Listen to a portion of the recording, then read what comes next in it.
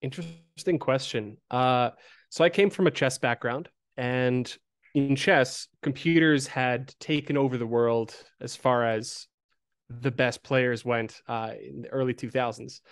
And I realized that something very similar was happening to poker in the late 2010s. And so I got my hand on a solver, and I solved all the toy games and things I could. I just got obsessed and fascinated with the game theory behind it, uh, and that eventually led me to where I am now. When I was younger, there was this website called Range versus Range. Essentially, it was this janky kind of broken little website where you could play your friends, but instead of playing two cards at a time, you would build your entire range at a time. So you wouldn't just, play ace two. You would build up your entire range, your calls, your folds, your raises, and they would do the same thing with their range. And you'd keep going back and forth, rolling actions until you got to showdown, and you'd get like a total EV.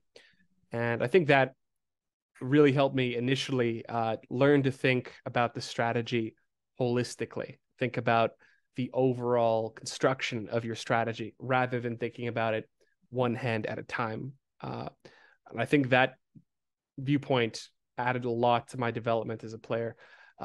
This website's no longer around anymore. It's defunct now, but who knows? Maybe one day I'll bring it back. Interesting question. Well, every player has their own leaks. I mean, the most common ones are uh, overvaluing fold equity, not bluffing enough, just overall, not betting big enough when they need to. Those are just common strategic leaks. But I would say, in general, one of the deeper leaks that people have is not thinking about their strategy as a whole, but rather just thinking about their individual hole cards. I think that being able to consider your overall range construction is really important as part of a balanced strategy, because your overall range represents what you're representing. It represents your table image, as in the old school terms, and it also represents what type of strategies you can play. And I think a lot of newcomers, they don't think about that. They're just looking at their cards and saying, "Oh, I'm trying to get max value," or "I'm afraid of draws, so I'm going to bet." My advice is not to memorize it at all. One, because it's impossible. It's frankly completely impossible to memorize GTO. I don't care how much you simplify it. No one is even coming close to memorizing it. Let's say that you could memorize the best lines from a chess engine. You would then be the world champion. Unfortunately, there's just way too much stuff, and poker is a much bigger game than chess. And so generally there's two schools of thought when it comes to understanding GTO. One side is what a lot of the CFPs are doing, the detox guys, Dom, and there's one school of thought that essentially says, let's simplify, simplify, simplify, and just try and create an easily memorizable strategy, to which I would say it's still impossible. There's over 2,000 runouts per flop, 1,755 flops per positional pair, and dozens of different positional pairs. It's completely impossible. Now, the second school of thought is to say, to try and abstract these big picture heuristics. And that's what I like to do, to think about things like, how does stack depth impact my positional advantage? Or what type of hand classes should I be focusing on in this spot? So instead of trying to memorize specific frequencies, rather focused on those big picture questions.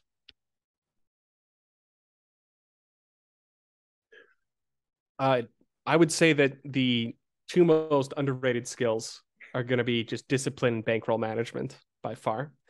I think that would hold the vast majority of players back. But assuming you have the mental game and the discipline, the best tools right now are, of course, GTO Wizard by far. And get your hand on a solid book, something like Modern Poker Theory Even something like Peter Clark's Grinder's Manual is a good start for someone who's maybe less familiar with GTO. Uh, Work through the examples and don't necessarily try and be, a GTO machine, but try to understand the strategic ideas. That's a very interesting question. So for most of the Solver era, which has existed all of maybe 8 years or so, the way you solved was through brute force, having to solve through every single turn and river run out. With the new tools, instead of solving every single possible run out, you can kind of these tools estimate the expected value of, for example, river runouts or turn runouts.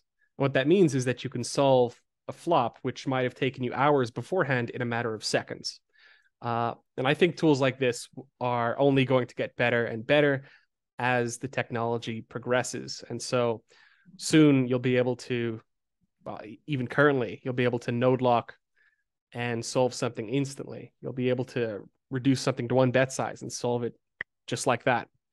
Uh, and so the days of grinding out the long sims are coming to an end, in my opinion.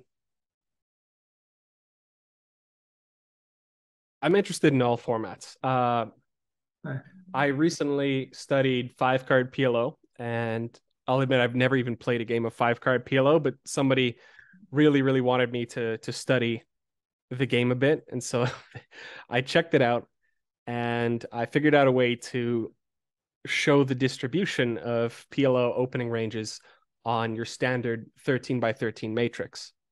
Uh, and it was really eye opening to see just how much your strategy changes when half of the deck is essentially in play. The bunching effect gets so much stronger, blocker effects get stronger.